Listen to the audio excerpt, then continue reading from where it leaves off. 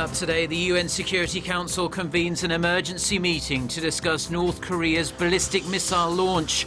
The medium-range missile landed in Japanese waters. President Park Geun-hye will travel to Russia next month for an economic forum and talks with her Russian counterpart Vladimir Putin that'll mostly revolve around North Korea. First, with the Games just 2 days away, the Olympic torch arrives in the host city of Rio.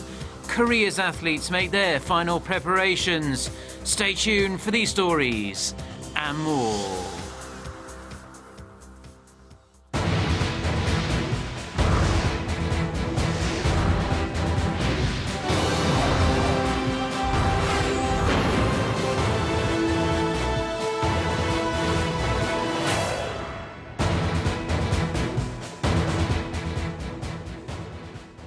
Hello to our viewers around the world. It's 6 a.m. on Thursday, August 4th, here in Seoul. Thank you for joining us. I'm Mark Broom. We start with the international reaction to North Korea's latest missile provocation. The UN Security Council is holding an emergency meeting at this hour in New York to address North Korea's launch Wednesday of 2 ballistic missiles. The spokesperson for the UN Secretary-General says the meeting, which started around 1 hour ago, was set up at the request of the United States and Japan. We are yet to hear any details, but sources say the agenda is whether to adopt a press statement formally denouncing North Korea. Now, the regime fired 2 Nodong intermediate-range ballistic missiles from a region in the west of the country on Wednesday morning local time. One of them exploded after takeoff, but the other flew around 1,000 kilometers and landed inside Japan's exclusive economic zone. UN Secretary-General Ban Ki-moon says the UN is deeply troubled and indicated such actions seriously undermine regional peace and stability. He reiterated the call on North Korea to heed the united call of the international community to reverse its course and return to the process of sincere dialogue. The European Union has condemned North Korea's missile launches, calling them yet another violation of UN Security Council resolutions. In a statement Wednesday, the EU urged the regime to comply with its international obligations. The EU's European External Action Service says Pyongyang must halt all missile launches using ballistic missile technology. Such launches go against UN resolutions that ban the North from any such activity over concerns it could be used to develop long-range missiles capable of carrying nuclear weapons. Now, NATO Secretary-General Jens Stoltenberg also issued a statement denouncing the launches. He said North Korea must immediately cease and abandon all its existing nuclear and ballistic missile activities in a complete, verifiable and irreversible manner. Japanese Prime Minister Shinzo Abe has called North Korea's missile launch an unforgivable act of violence against Japan's security. The United States, as you'd imagine, has also denounced Pyongyang's latest provocation. Oh Jung-hee with the details. An unforgivable act of violence toward Japan's security. That's what Japanese Prime Minister Shinzo Abe called North Korea's missile launch on Wednesday. It is a considerable threat for our national security that North Korea's missile has landed in Japan's exclusive economic zone. I firmly protested against North Korea's unforgivable action, which is an obvious defiance of UN Security Council resolutions. Japan will deal with it resolutely and in cooperation with the US and South Korea.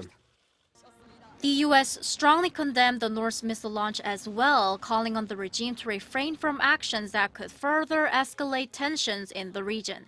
The U.S. State Department spokesperson Anna Ricci Ellen told Seoul-based Yonhap News Agency that North Korea's recent missile launches, including Wednesday's, violate multiple UN Security Council resolutions and will be discussed at the UN.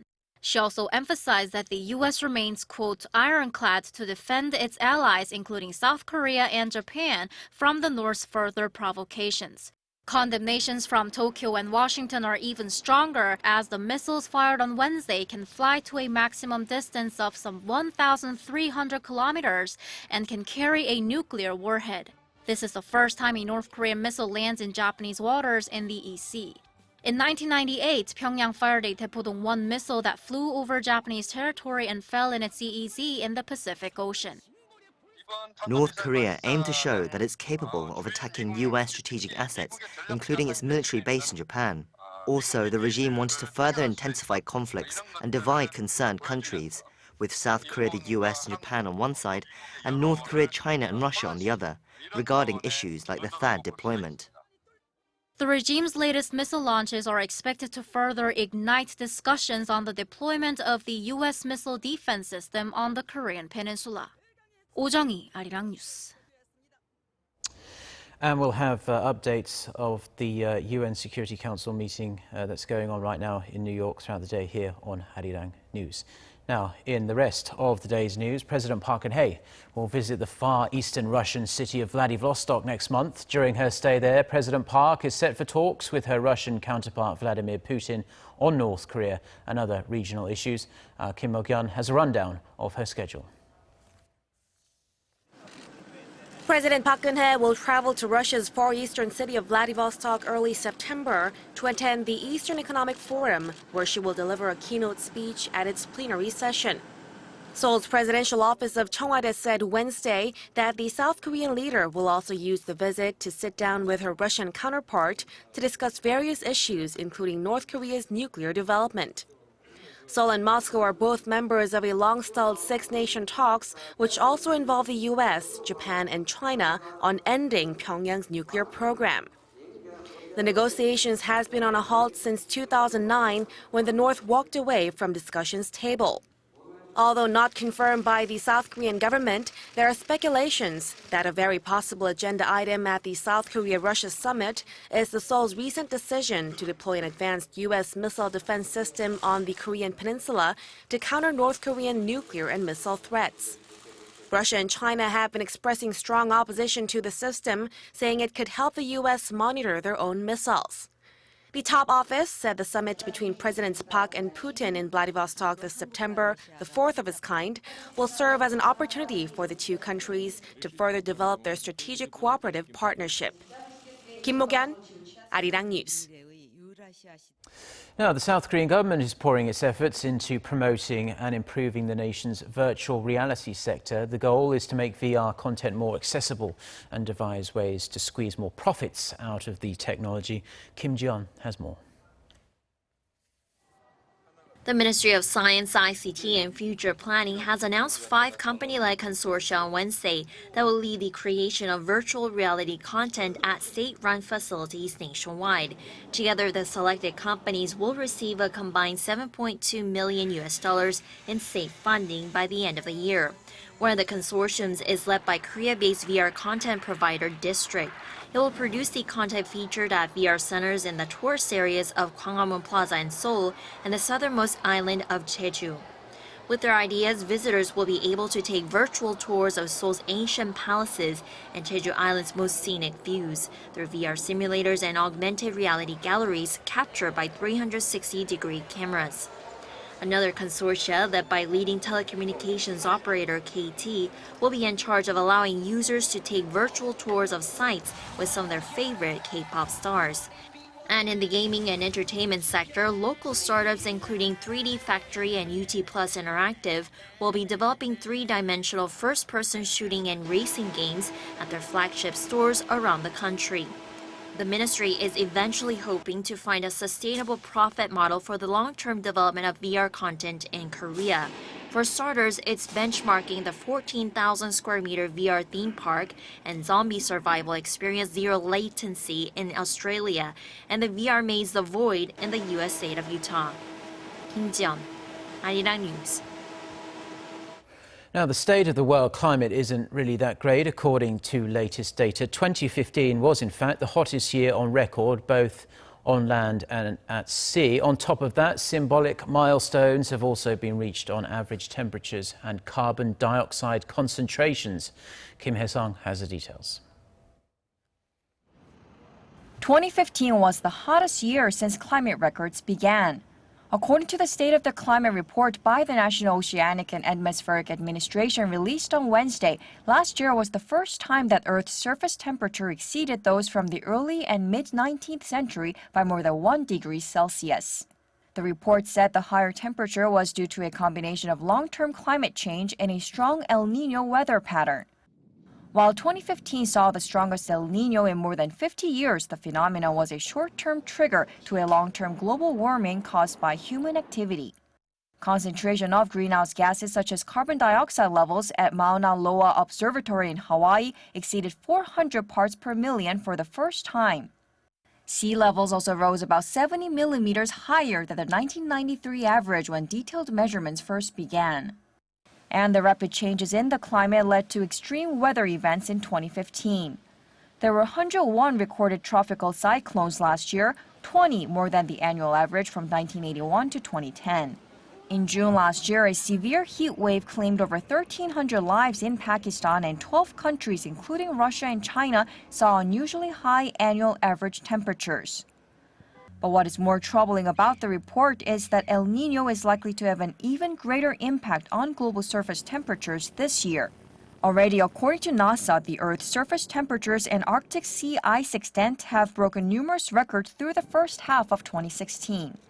And the newly released climate report adds to increasing evidence demonstrating that unless immediate action is taken to address climate change, our planet will continue on a path leading to a very grim future.